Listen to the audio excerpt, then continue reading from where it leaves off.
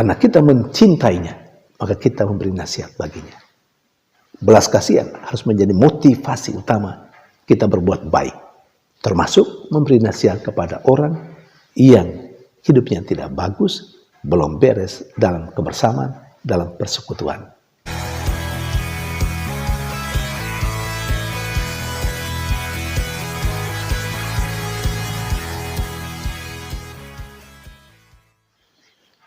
Berjumpa lagi dalam permenungan kita edisi Kamis 12 Januari 2023, Pekan Biasa pertama. Bacaan-bacaan liturgi hari ini, bacaan yang pertama dari surat kepada orang Ibrani bab 3 ayat 7 sampai 14 dan bacaan Injil dari Injil Markus bab 1 ayat 40 sampai 45.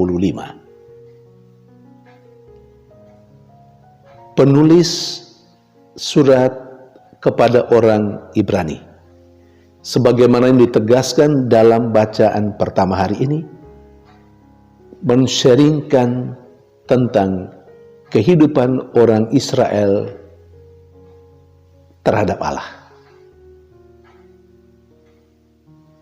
Penulis surat kepada orang Ibrani menggambarkan bahwa Allah begitu geram, Allah murka kepada bangsa Israel karena mereka itu keras hati, tegar hati. Walaupun mereka mengalami begitu banyak hal yang baik dari Allah selama 40 tahun, secara khusus dalam perjalanan keluar dari Mesir menuju tanah terjanji. Tetapi semua yang baik yang mereka alami dari Tuhan belum membuat mereka menjadi bangsa yang taat kepada Allah. Sebaliknya, sekali lagi, mereka menjadi bangsa yang keras hati, yang tegar hati. Dan penulis surat kepada orang Ibrani mengandaikan bahwa sikap keras hati, sikap tegar hati itu jangan sampai ada di dalam persekutuan orang-orang yang percaya saat ini, orang-orang yang percaya kepada Tuhan saat ini, termasuk kita, termasuk saya dan Anda. Jangan sampai ada orang di antara kita yang menjadi keras hati dan tegar hati terhadap Tuhan, sekalipun mengalami banyak hal yang baik dari Tuhan.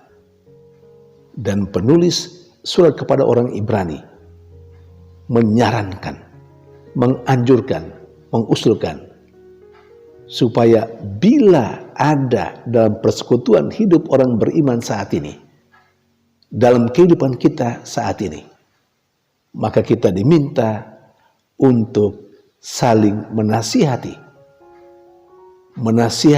dengan tujuan supaya orang yang keras hati, yang tegar hati itu menjadi orang yang baik, yang benar, yang rendah hati, yang percaya kepada Tuhan, bukan menjadi orang yang keras hati dan tegar hati. Saudari dan saudara yang terkasih, memang menasihati orang yang hidup bersama dengan kita itu bukan hal yang gampang, bukan hal yang mudah. Saya kira saya dan Anda, kita semua yang hidup dalam sebuah kebersamaan, dalam persekutuan orang-orang yang percaya, mengalami betapa sulitnya kita memberi nasihat kepada sesama kita yang ada di sekitar kita. Sesama kita yang mungkin tergolong dalam kelompok yang keras hati dan tegar hati dalam kehidupan berimannya. Mengapa sulit? Ada beberapa faktor. Satu dua hal misalnya boleh saya ungkapkan di sini sebagai sharing untuk kita semua. Yang pertama, orang merasa sulit menasihati sesamanya, orang yang ada di sekitarnya, yang mungkin hidupnya kurang baik, termasuk di dalamnya yang keras hati dan tegar hati. Karena orang merasa bahwa dirinya juga belum sempurna, sehingga merasa tidak pantas memberi nasihat kepada orang-orang lain yang ada di sekitarnya, meskipun mereka itu melakukan kesalahan, kehidupan yang kurang berkenan kepada Allah. Ada ketakutan bahwa kalau dia menasihat orang lain, orang akan berkata kepadanya, "Kau sendiri juga sering melakukan seperti itu. Kamu sendiri juga belum sempurna. Masa kamu mau mengurus orang lain? Masa kamu menegur saya pada kamu juga tidak beres?" Ketakutan itu yang sering membuat orang merasa tidak sanggup memberi nasihat kepada sesamanya yang tegar hati dan keras hati. Bisa juga lebih jauh kalau seandainya kita merasa atau kita takut hanya karena kita sendiri belum sempurna, ada kesalahan, lalu kita kemudian mendiamkan diri dan tidak memberikan nasihat kepada sesama kita. Kapan kita tunggu sampai kita menjadi sempurna dalam hidup? Apakah kita bisa menjamin bahwa kita pada akhirnya, pada suatu saat menjadi manusia yang sempurna, dan pada saat itu baru kita bisa memberi nasihat kepada sesama kita yang ada di sekitar kita? Siapa yang bisa memberi jaminan kapan kita menjadi sempurna?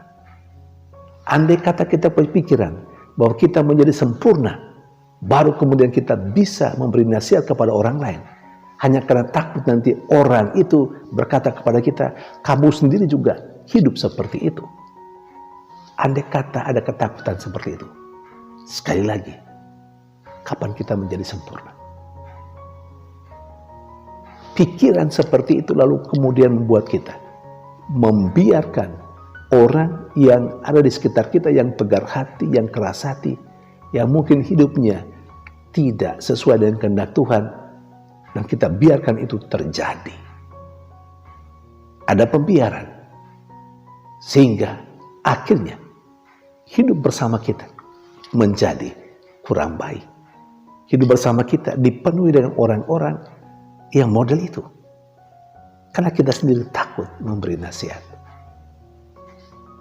Hal yang kedua yang menjadi alasan mengapa kita takut memberi nasihat kepada orang lain adalah karena kita memang tidak mau peduli dengan kehidupan bersama kita. Kita merasa itu urusan pribadinya, bukan urusan kita. Saudari dan saudara yang terkasih, kitab suci kita mengatakan begini. Ketika pada suatu saat sesama kita yang ada di sekitar kita, dia mati dalam dosanya, Anda melihat, kita melihat bahwa saudara kita hidup dalam ketidakberesan, dalam dosa, dan kita dengan alasan takut tadi, kita membiarkan orang itu berkembang, bertumbuh dalam ketidakberesan hidupnya. Dan pada suatu saat dia mati. Dari kita akan dituntut pertanggungjawaban.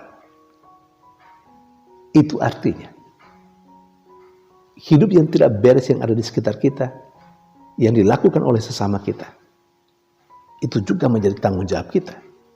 Apa tanggung jawab kita? Ya karena kita harus memberi nasihat tadi. Saudari dan saudara yang terkasih, semoga bacaan pertama hari ini mengingatkan kita kembali bagaimana tanggung jawab kita dalam hidup bersama. Kita diajak untuk jangan pernah takut memberi nasihat, walaupun kita sendiri penuh dengan kekurangan dan kesalahan. Tapi kita harus berani memberikan teguran. Banyak kali kita membiarkan sesama kita hidup dalam kesalahan dan dosa, hanya karena takut dengan alasan tadi. Sementara dalam bacaan yang kedua, kepada kita diceritakan bahwa belas kasihan itu menjadi motivasi utama Yesus menolong orang-orang yang menderita. Cerita tentang orang kusta dalam bacaan Injil hari ini menggarisbawahi itu. Karena belas kasihan, maka Yesus menyembuhkan orang kusta. Saudari dan saudara yang terkasih, kalau kita rangkaikan dengan nasihat penulis surat kepada orang Ibrani, supaya kita bisa memberi nasihat kepada sesama kita yang keras hati dan tegar hati, kita mestinya melakukan itu karena belas kasihan. Karena kita mencintai sesama kita. Apapun tanggapan orang yang kita beri nasihat itu, apapun tanggapan dia yang negatif sekalipun, asalkan kita dari hati yang tulus dan murni, karena kita mencintainya, maka kita memberi nasihat baginya. Belas kasihan harus menjadi motivasi utama kita berbuat baik, termasuk memberi nasihat kepada orang yang hidupnya tidak bagus, belum beres dalam kebersamaan, dalam persekutuan. Atau perbuatan-perbuatan baik yang lain. Jangan pernah melakukan perbuatan baik seperti apapun, sekecil apapun, sebanyak apapun, di luar atas dasar belas kasihan, atas dasar kasih. Jangan kita mencari-cari alasan yang lain untuk berbuat baik. Satu-satunya alasan untuk kita melakukan apa yang baik untuk sesama kita, menolong sesama kita, karena kita mengasihinya, karena belas kasihan. Saudari dan saudara terkasih, saya perlu tambahkan, belas kasihan tidak berarti kita menggampangkan semua hal tanpa mengenal tata aturan. Kita boleh berbelas kasih, tapi juga harus ikut prosedur yang baik, harus ikut tata aturan yang seharusnya kita lakukan, yang wajar-wajar saja. Jadi jangan pernah menghilangkan tata aturan hanya atas dasar belas kasih. Itu yang bisa saya sharingkan berdasarkan kedua bacaan liturgi hari ini. Semoga kita semua diberkati oleh Tuhan.